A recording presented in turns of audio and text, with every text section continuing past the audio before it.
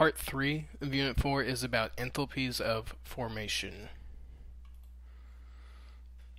Alright, the definition of the standard enthalpy of formation is the change in enthalpy that accompanies the formation of 1 mole of a compound from its elements in their standard states. So, if you look in a table of standard enthalpies, you may see something that looks like this. We'll see solid carbon plus oxygen gas. That's going to yield carbon dioxide.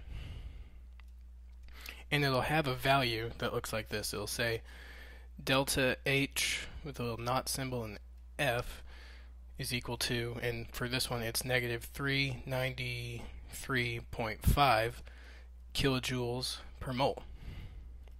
What that means is for 1 mole of carbon dioxide gas to be made from its constituent elements is going to give off 393.5 kilojoules of energy per mole. So that's our enthalpy change for this one reaction.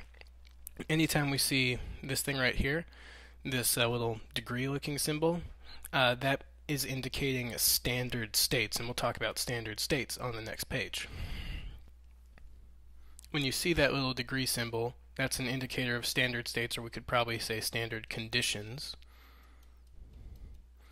And that just indicates if we have gases, they're at a pressure of 1 atmosphere.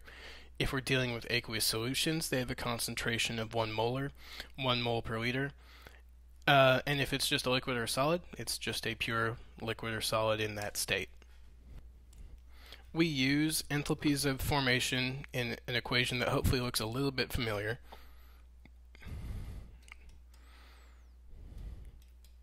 We can find the standard enthalpy change for a reaction using this equation.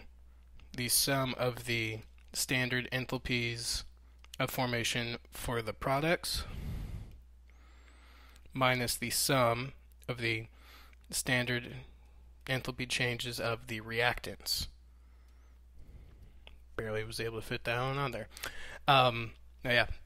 So you're going to be given a table of standard enthalpies, and you'll add up the sum of all the enthalpies of the products and subtract the sum of all the enthalpies for the reactants. There are some things we need to remember when we're trying to find the standard enthalpy change. If we have elements in their standard state, like a solid metal, oxygen gas, standard state elements have an enthalpy change of 0. There is no enthalpy change to form them because these things already exist. They're not going to have a change in enthalpy when they're formed because they're already there. Anytime there's a coefficient in a balanced equation, we're going to multiply the standard enthalpy value by that coefficient. And when reactions are reversed, if we ever take the products and put them on the reactant side and the reactants on the product side, we just flip a reaction around. We're going to flip the sign of the enthalpy change. So if something was negative, it would become positive.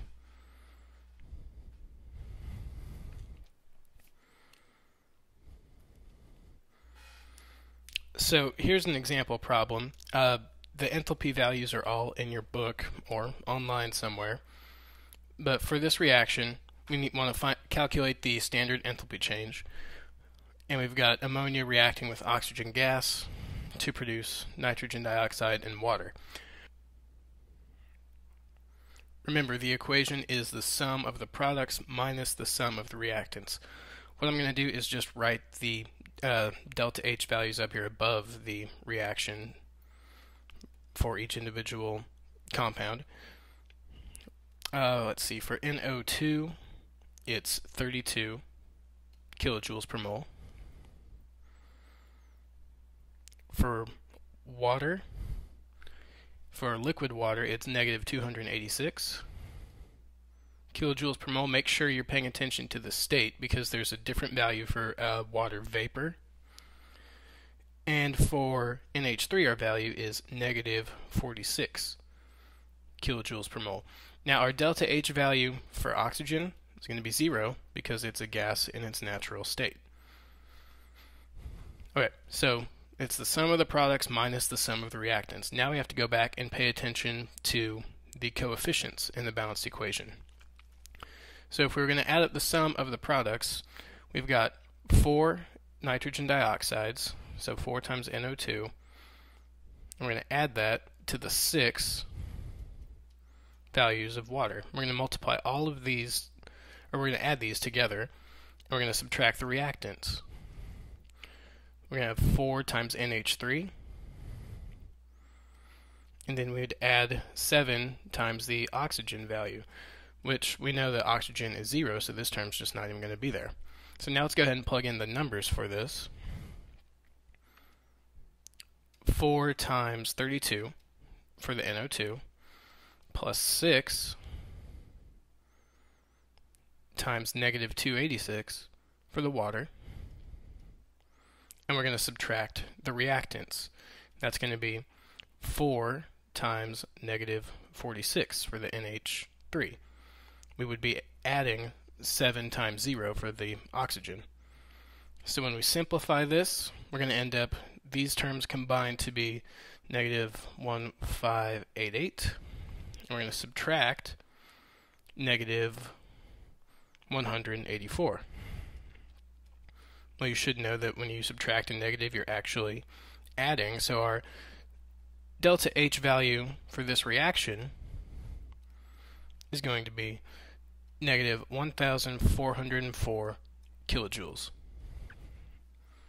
So again, we just used products minus reactants. We had to pay attention to the coefficients and multiply the standard enthalpy change for each compound by that coefficient in our math leading up to it.